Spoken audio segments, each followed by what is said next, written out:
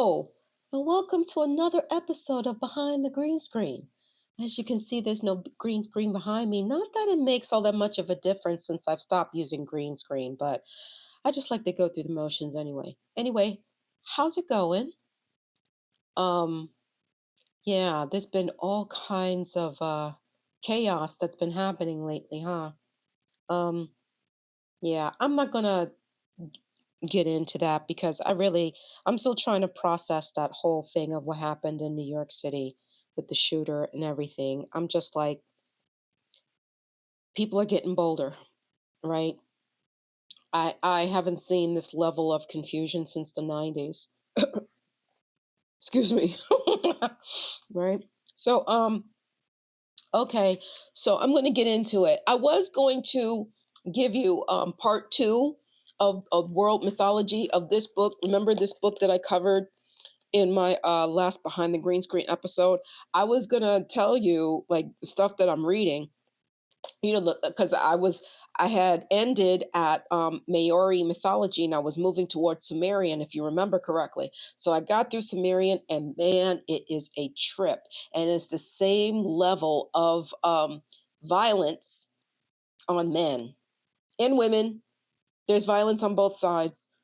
There's something about the genitals being cut off. Yeah, that seems to be a running theme through all of this mythology. Like there's either someone gets castrated or someone or a woman gets raped, or not even woman. Someone gets raped. I can't even say that it's a woman at this point. It's just woof.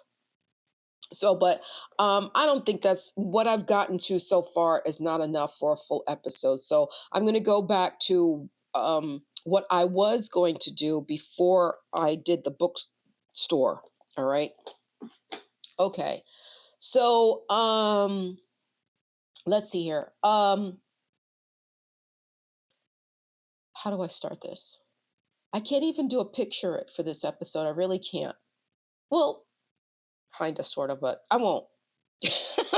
I know I'm confused. I know I'm all over the place. Okay, so let me stay focused. Okay, all right. Woosah. All right. When I don't know exactly when I was getting into plays and wanting to write them. Yes, yes, child. Let me tell you, I was a creative monster, and I really, if it wasn't poetry, it was plays. If it wasn't plays, I was trying to be the next S.E. Hinton. Anything that I did always revolved around words, fiction, creating characters, writing dialogue in any shape or form, just writing, period. And I got into plays, but I don't remember. I would like to say maybe it was middle school, because we all perform in middle school plays to it always. But when I was in it, I remember it was middle school. Louis Armstrong Middle School. Hey, what's up? And we did Oliver Twist. And I think I talked about this before. I played like the nanny slash housekeeper. And I got a really cool line to say that brought a lot of laughs. So I think when that happened, I was like, yeah, I want to do theater. And so when I got into high school, I took a drama course. And I'm not going to get into that because that's like ripping open a really like a band-aid off of a really scabby wound, right? I don't want to get into that, but I was very much, I wanted to perform on stage. I also wanted to write plays. And something happened, and I just basically retreated from ever seeing any kind of musical theater, because I was also singing. I also liked musical theater. Of course, it was Oliver Twist, so we got to sing "Consider Yourself," right? And and I think some, like it was recognized by certain people along the way that I did have this flair for the dramatic, and that I should be performing in some way, shape, or form. And so, going back from middle school, when I was in elementary school, when I was still living in Brooklyn, I had this teacher named Miss Herman. And I don't know how, or I'm not exactly sure what happened, but she had recommended to my mother that I attended this theater camp that was at Pratt Institute. Because where I lived in Brooklyn, I was 2 blocks away from DeKalb Avenue. And if you know Brooklyn, then you know that Pratt Institute, which has graduated many artists, great artists, and architects, is in Brooklyn. And they had this summer program. So I remember we were doing a version of Alice in Wonderland, and I didn't have any parts. Oh, wait a minute. Let me back up. I did have a part. I was the tea mouse, and I had one line. And I think that's when I was like, yeah, this is not that bad. And so when I got into middle school, the opportunity was there for me to perform and be part of the chorus. And so that's what I did there. And then in high school, everything just stopped because of something that happened when I was supposed to perform at a festival. And so I get into college, and one of the classes that I take is drama. So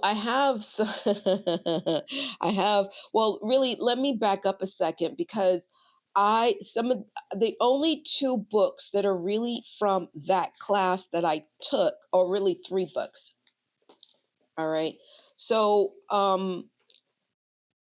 this was over 30 years ago. So when I look at these, it's like a complete blank. I know I read them, and because these plays are based on Greek mythology, I already know the stories. So, one of the books that I had to read for the drama class was I forget which one we had to read, because this is the Complete Plays of Sophocles. All right. And the plays that are in here, um, Ajax, Electra, Oedipus the King. We all know about Oedipus the King. Antigone, Trachean Women, Philoctetes, and Oedipus at Colonus. So I'm reading these contents, and I remember we read Oedipus the King and Antigone. Yeah. Now I know the tragic Greek stories, but I think, yeah, those were definitely the 2 that we read in drama. There may be Ajax or Electra, but it's been so long. But this was one of the books, right? The other one, in line with Folger Shakespeare Library, which was the subject of my last episode, Othello, The Moor of Venice. I don't remember I mean, we all know the overall story, not necessarily the plot. There is a difference. And let me stop right there and let's discuss that. I just noticed that I need to file my nails, and this thing is shifting again.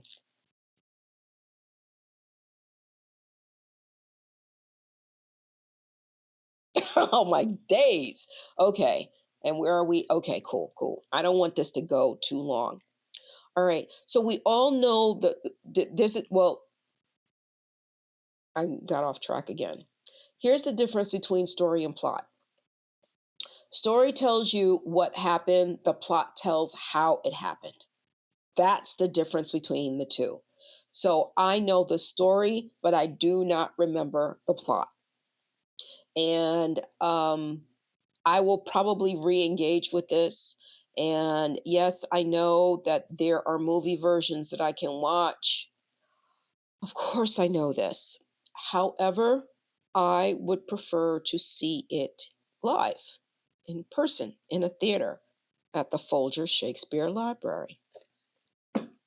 All right. I don't remember reading this, but unless this was a book that I got, because my aunt, I have an aunt, and she's 11 years older than me. I think I mentioned that there are certain numbers that repeat in my family. 11 is one of them. So my aunt is 11 years older than me. So she went to Hunter College for nursing.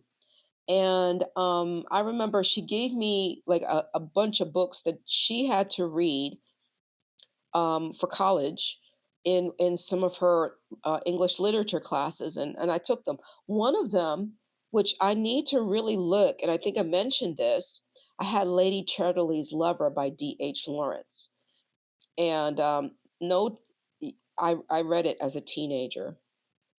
I wasn't scandalized. I was just like, "Ooh, this is racy for Victorian times." Because wasn't I have to double check, but I think that's um, when D.H. Lawrence published it because it was a scandal.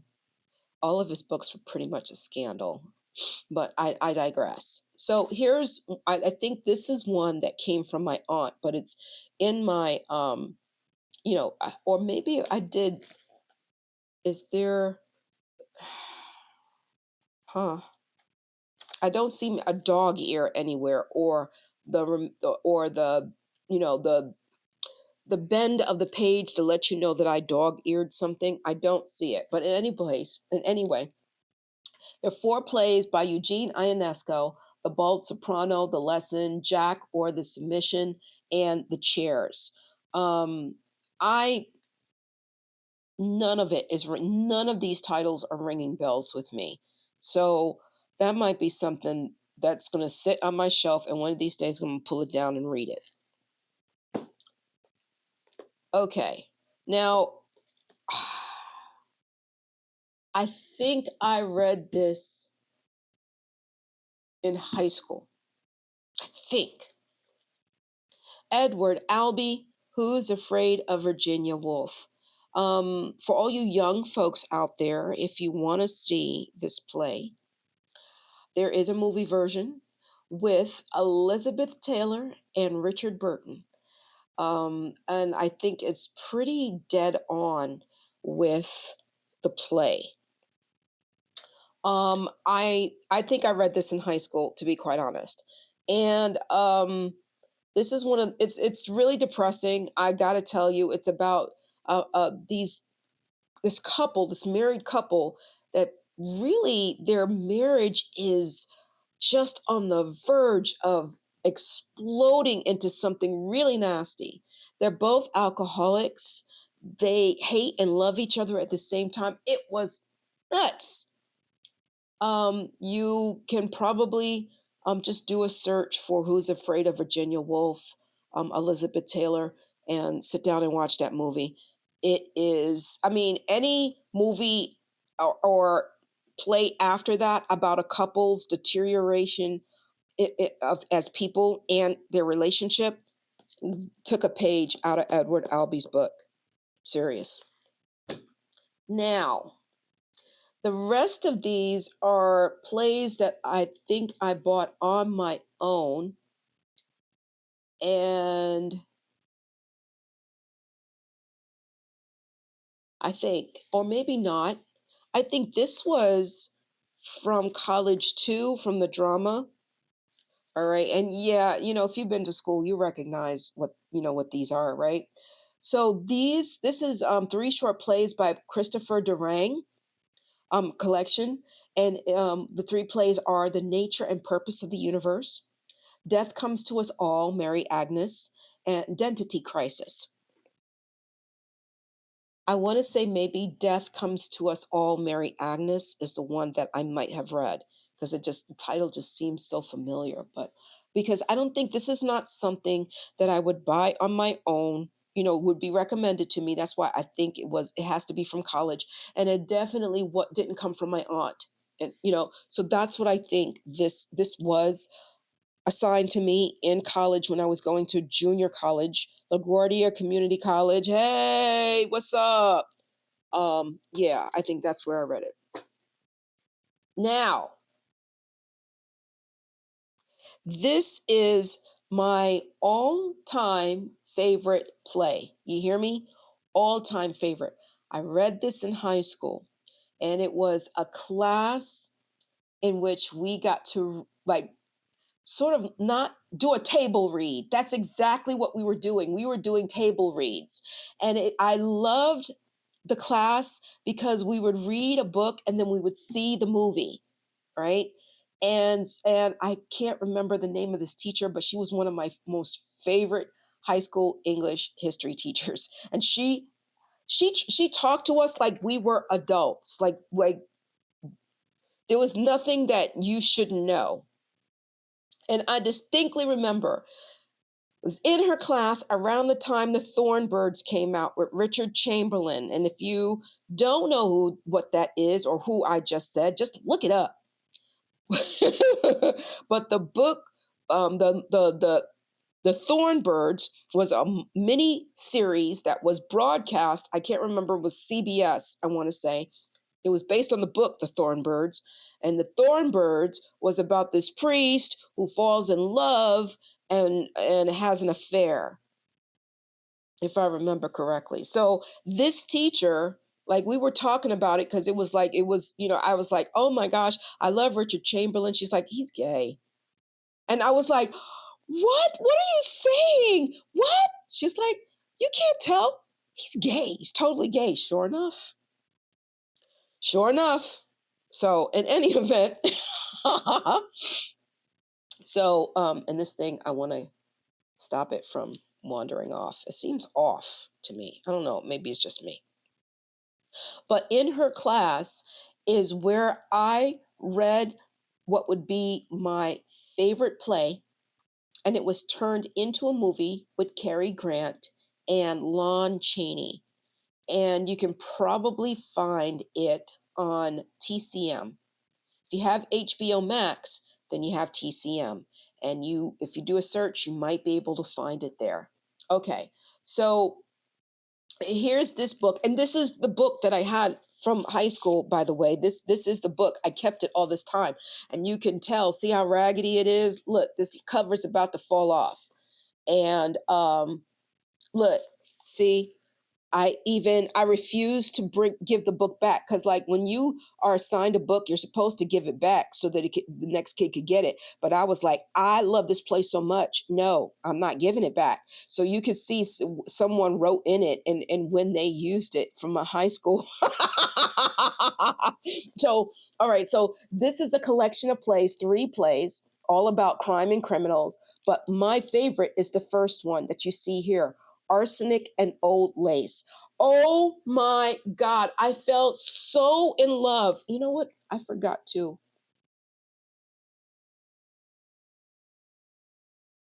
Okay. All right. Sorry people. That was my bad. I forgot to put on face tracking. So that's why never mind. But I remember I fell in love with this this play.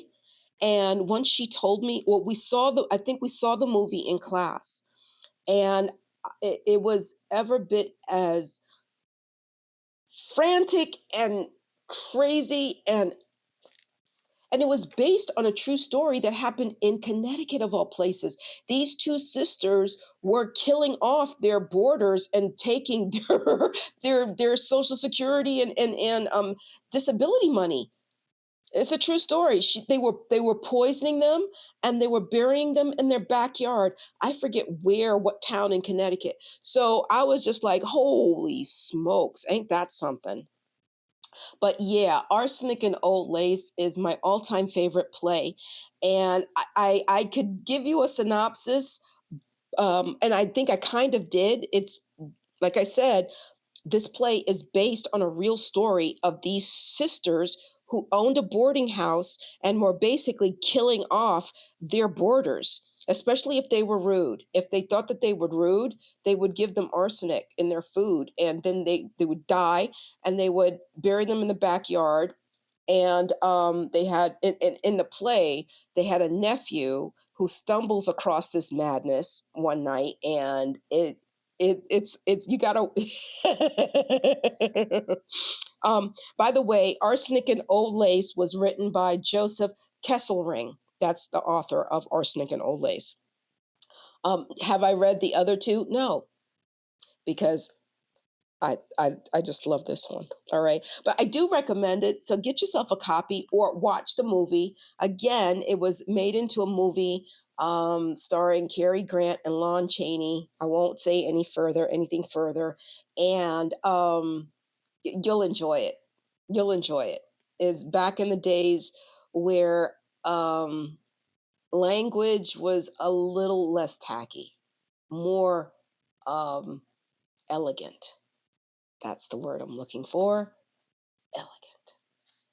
So, these next 3 plays that I bought, they were, I think, based on recommendations. Oscar Wilde, Lady Windermere's fan.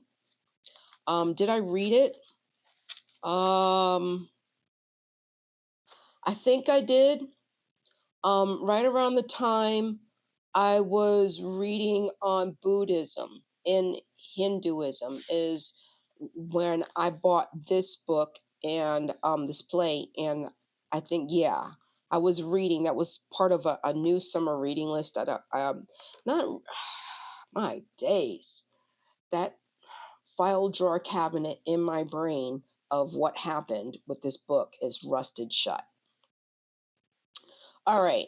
Now, this was a, I think this was a recommendation from my mother. Yes, because she read this in school. I think I've said this, but my parents, my father was from North Carolina, but my mother was from Guyana, South America. And she was in Guyana when British ruled it. And so she had British schooling. And every once in a while, like when my mother and I were getting along, because we didn't always get along. Yeah, you know, I know. So, but there were times when we really would have good conversations. And she would talk about her schooling days in Guyana under the British school system and how strict they were and the stuff that they assigned to them for reading and the type of writing assignments they had because the British are really about English literature, all right? They were, grammar, the whole 9 yards, very, very particular. And so she mentioned, I don't know how this popped into her head during our conversation, but it did. And I think, does this have Miss Malaprop in it? She was talking about a character that she read in a play. And the character was named Miss Malaprop. And she was explaining to me what a malapropism is. And you've heard what what malaprops.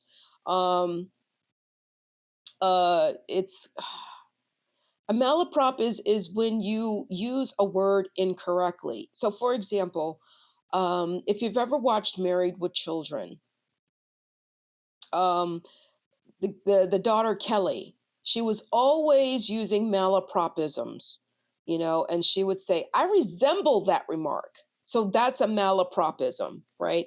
And so she was talking about this character in a play called Miss Malaprop. And I could have sworn it was in this one, which is She Stoops to Conquer by Oliver Goldsmith, but it's not in here. And now I'm wondering if the play is called Miss Malaprop. It's going to drive me nuts. So I gotta look for it. But yeah, so this is in my library. Also, She Stoops to Conquer by Oliver Goldsmith. Now, this one I think was a recommendation from someone,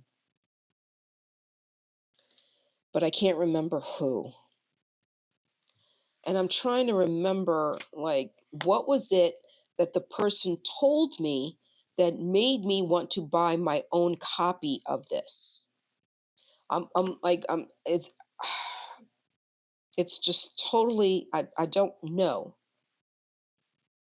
But it's The Bengal Tiger at the Baghdad Zoo by Rajiv Joseph. Now, this play is somehow connected to Robin Williams, but I can't remember how. There's a connection. I saw something with Robin Williams, and either he performed it or whatever. I but here's the maybe I don't know how it can't looking I'm looking at the summary on the back. So here's a summary or the description of the Bengal tiger at the Baghdad Zoo. The lives of two American Marines and an Iraqi translator are forever changed by an encounter with a quick-witted tiger who haunts the streets of war-torn Baghdad, attempting to find meaning, forgiveness, and redemption amidst the city's ruins. Rajiv Joseph's groundbreaking play explores both the power and the perils of human nature.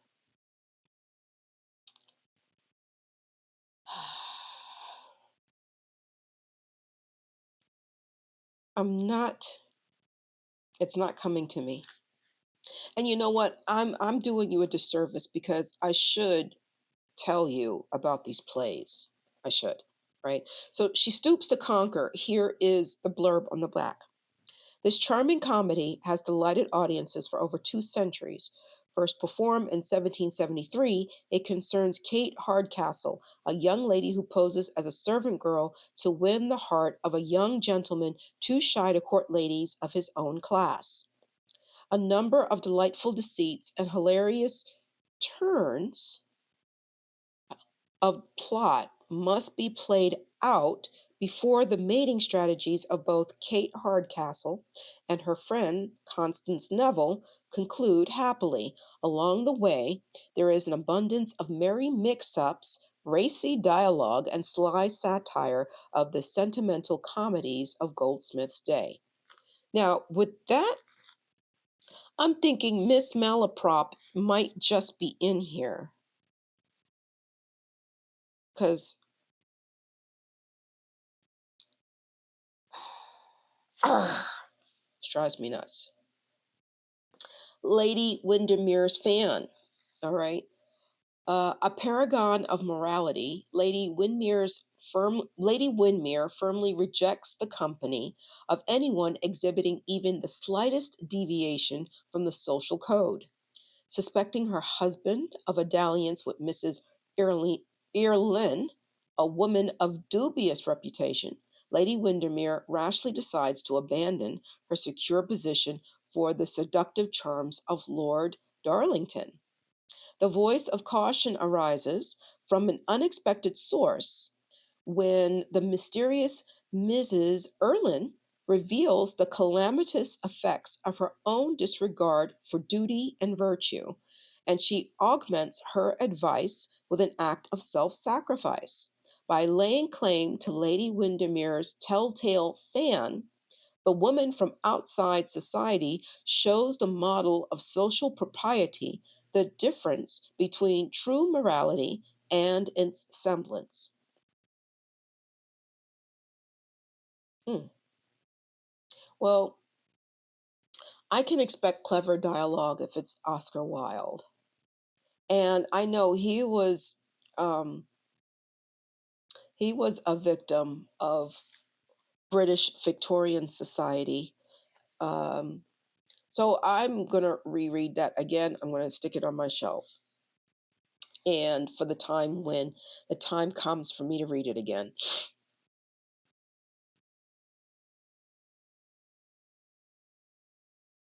Okay. Now, the next couple of books, um, I like writing dialogue.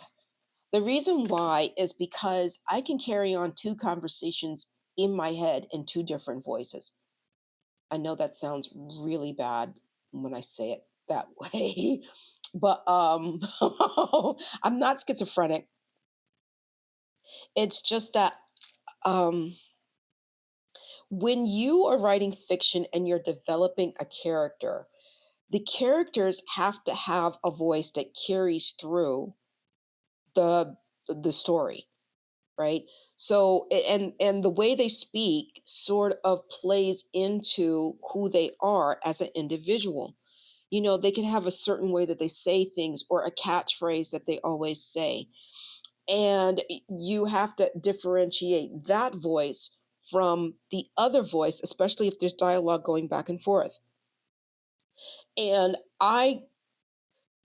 you know, when it was came to writing, I felt that I was pretty good in having my characters maintain their separate voices and realizing that this is what made them unique within the story.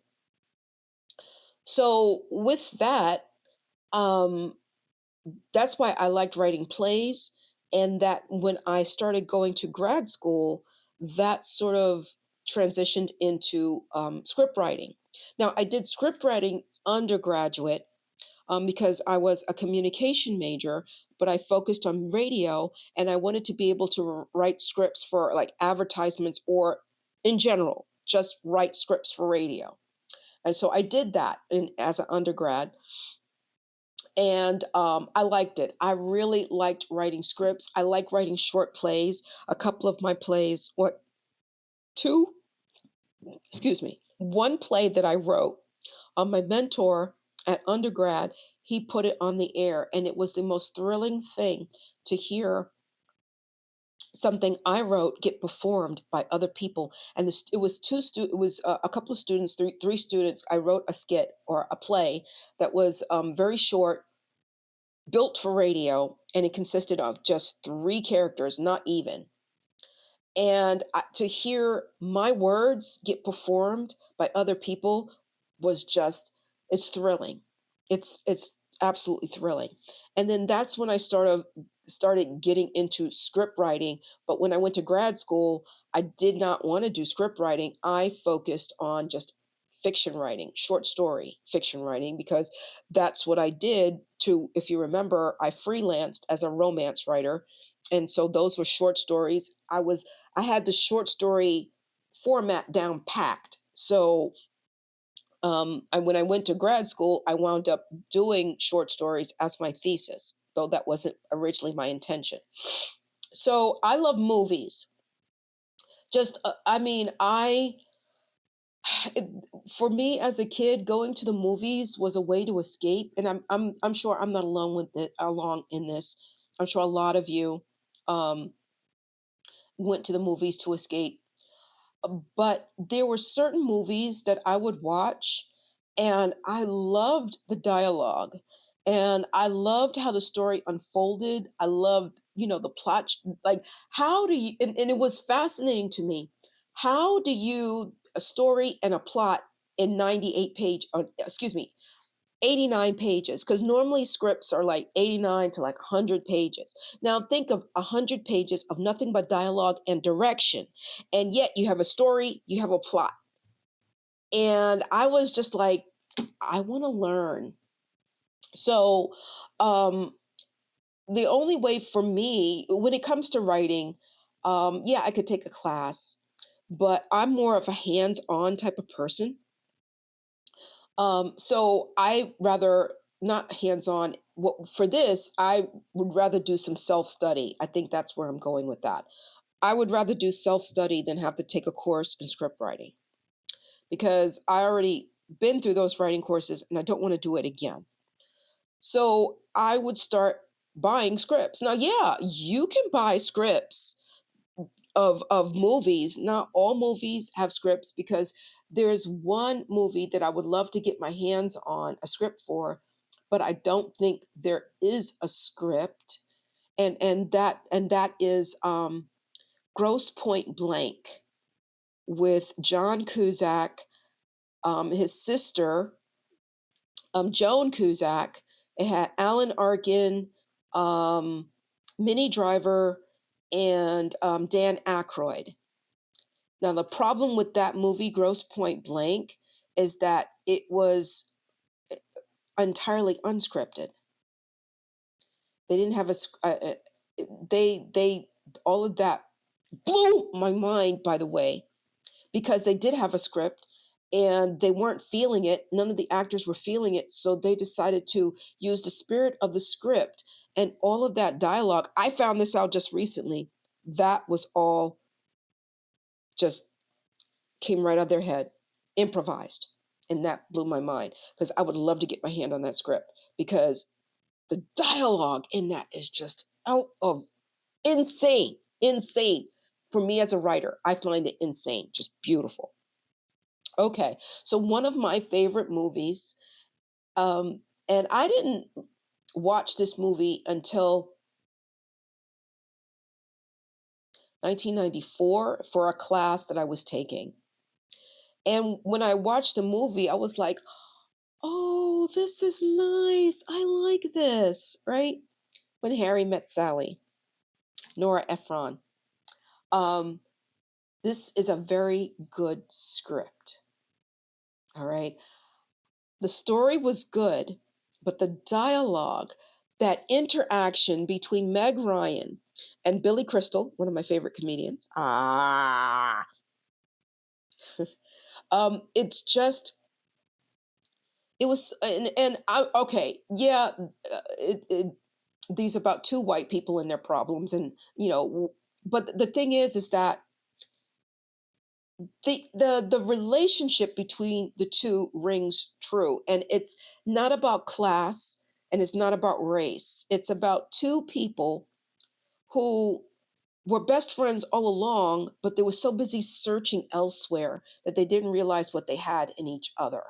And I think that's not something that's just for white people. That's for any people, right? Regardless of race, ethnicity, or nationality. This is a human thing. This is not a race thing.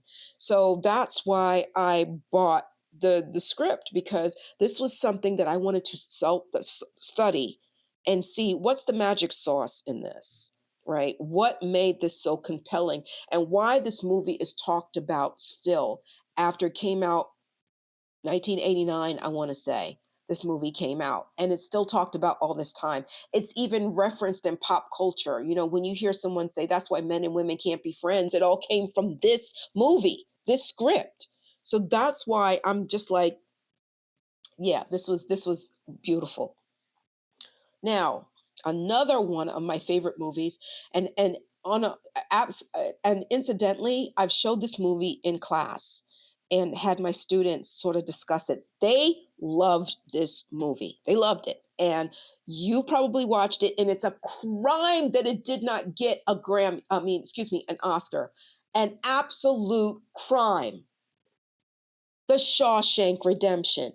Now, or maybe not, this is based off of a novella from Stephen King, and it was called Rita Hayworth and the Shawshank Redemption.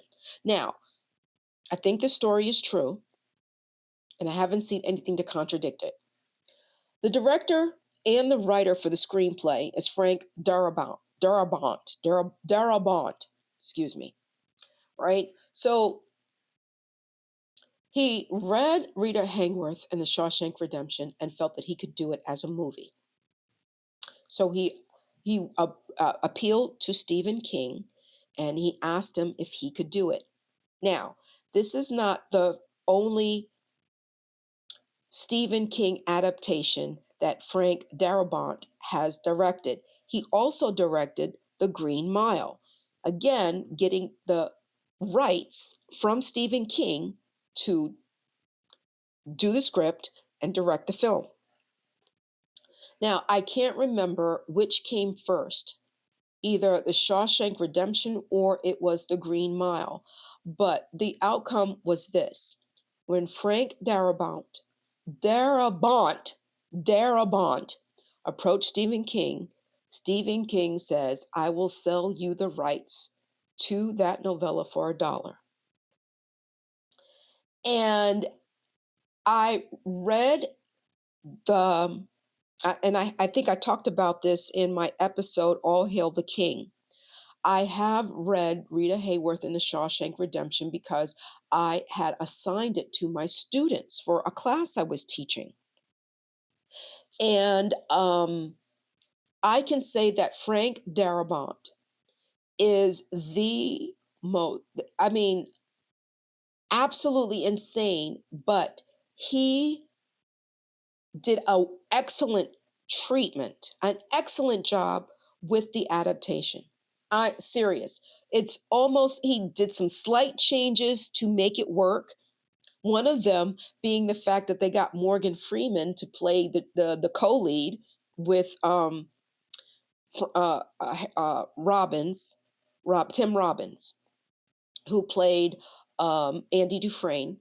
Okay, so in the novella, Red was this white Irish dude, but Morgan Freeman wanted to be in it, so Frank Darabont rewrote the part, sort of stripping any types of references to this character being Irish, but he inserted a line that was sort of a joke if you read the novella. And I'm not going to tell you what the joke is. You have to watch the movie. And if you haven't, oh my gosh, you have to. You really, really have to. It's the most incredible story. And bravo to Stephen King, because again, he is so influenced by the serials that he used to listen to as a child, but also the detective movies and the books that were standard, that were common to read at that time. And one of them was The Three Musketeers. And another one was The Count of Monte Cristo, which had the famous um, prison escape that Stephen King used in The Shawshank Redemption. So, yes. And so I wanted to study this dialogue. I wanted to see, because remember, this was an adaptation, right? So I wanted to see how he did it. All right. Now, this next one, I remember I showed this movie the first time I taught fiction writing. And the reason why I showed this movie is because it was so cleverly written and so well acted. And you saw a particular person in a very different light. Actually, two people I saw in a very different light in this movie. And that movie is this: Stranger Than Fiction. Now, the screenplay is by Zach Helm. And this movie has Will Ferrell playing straight man. He's not goofy. He's not saying things that are off the wall. And this is sort of like one of those meta movies. It's so clever. The premise is so clever. If you have not watched this movie, you have to watch it. It has Will Ferrell. It has Emma Thompson. It has Queen Latifah and Maggie Gyllenhaal, who plays his love interest. Watch this movie, please, and listen to the dialogue. It is so clever. The story is so cleverly done. The premise of it is sort of a play within a play within a play. That's the premise. That's what I got from it. And it's wonderful. Um, I highly recommend watching this movie, especially if you're a writer. You'll get the joke, the play within a play. As a writer, you will understand Stranger Than Fiction, because and sort of appreciate the clever way the story plays out. All right. Okay. Oh, and it also had Dustin Hoffman. How could I forget about Dustin Hoffman? Oh my gosh. Yes, he plays a professor. That's sort of, I won't get it. I'm not going to tell you a word. Go watch it. Now, this last one that I'm going to talk about, you've heard about it. You've no doubt watched this movie numerous times. It is a classic movie that will always be recognized for its excellence in the acting, in the direction, and the script. The Godfather. All right. The annotated.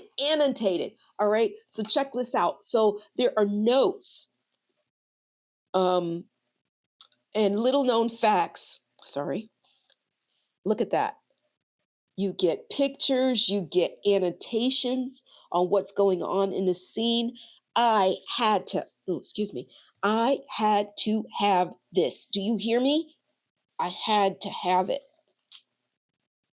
Look at that. Oh, just there's Francis Ford Coppola. You can see in his hat. And that is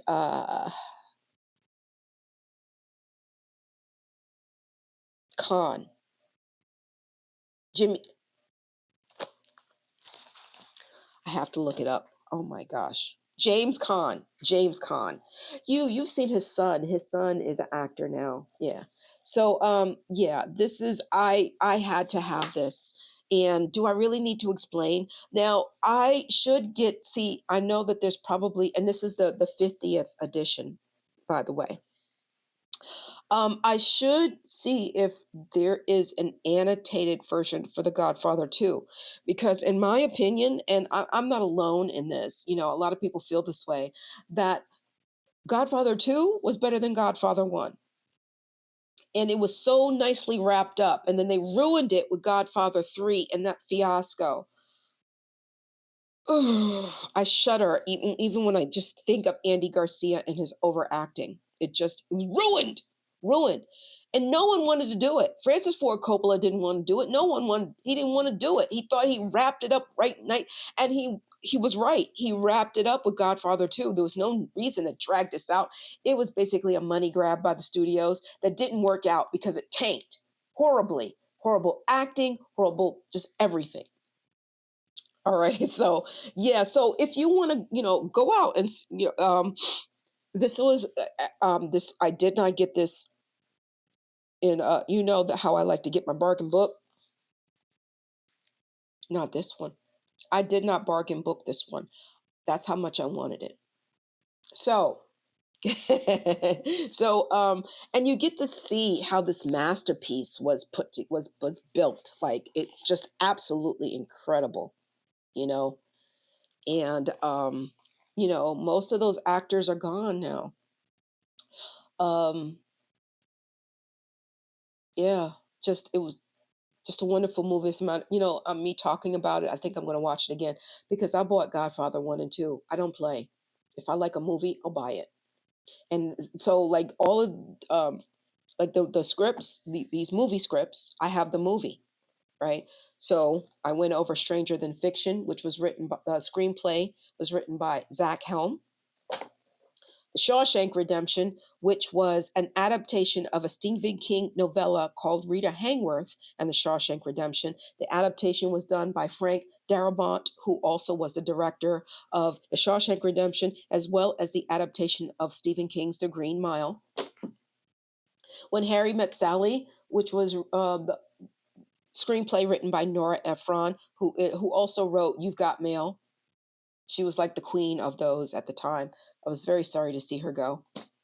And then here are all the ones that I have that I cannot remember where I got them or how or I know I didn't read them.